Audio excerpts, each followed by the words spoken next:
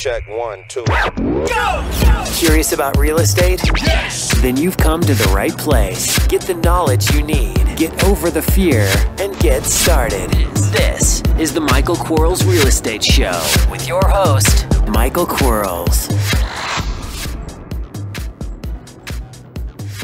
Hello everybody, Michael Quarles with Podcast 104. We've got the 5 questions sent in by investors like yourself. And remember, if you have a question, send it to support at bsffacademy.com. Here we go. Question number 1. I plan on making an offer today on a house next door to me. It would be a buy and hold. I'm going to go for seller financing. What is the typical length of time I should offer for the course of seller finance loan? 5, 10, 15 more or more. It's really dependent upon what the seller needs and what they need the money for. If they don't need the money, go 15 years.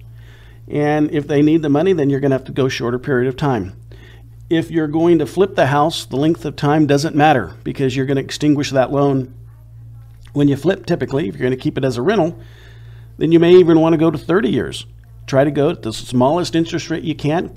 You can go all the way down to 0, keeping in mind that if you go 0 interest rate, the seller is going to be obligated to pay tax anyway on an assumed interest by the IRS. So, just whatever works out between you and the seller. Don't be so greedy that you lose the deal. Make sure it's a win-win, that it's a fair deal for both parties, and it's exactly what both parties need to make the transaction happen.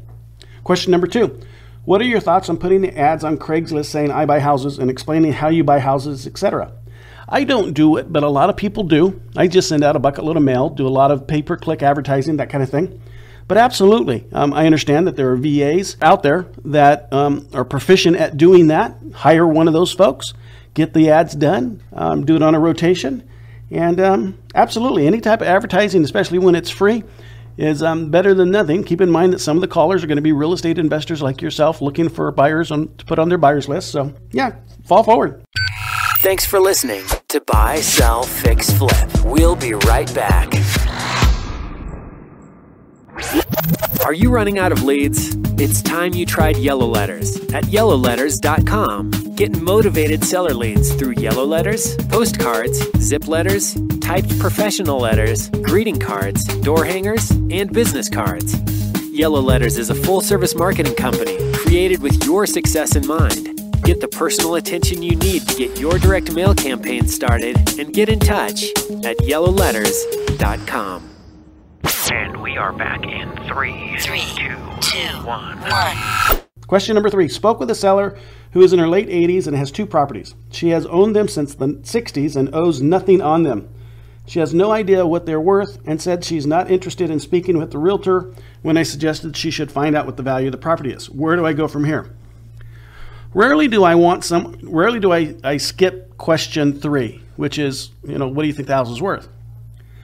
However, if someone's telling me, I've owned them forever since the 1960s, which logically it tells me they probably don't know what it's worth. And they're in their 80s, and so they're not, they're not going to go around and do all the stuff. And then they're telling you they don't want us to talk to a realtor.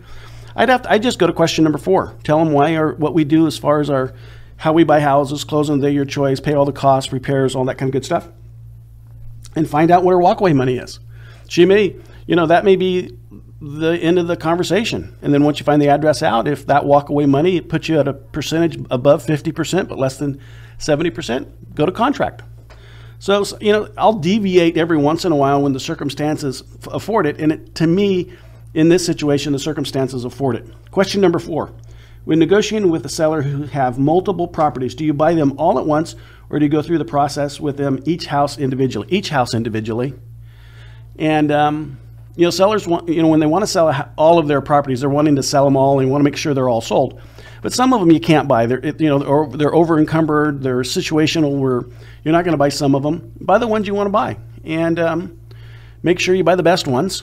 And you can't solve everybody's problem, and it's so much easier to buy one house at a time. That doesn't mean you're not going to buy them all at the same time if they all fit your business model. But I would not want to make the contract be a bucket load of houses all put together. I would want to have an individual contract per house. Question number 5. How often should investors be reanalyzing their market to determine who to market to? Every 6 months.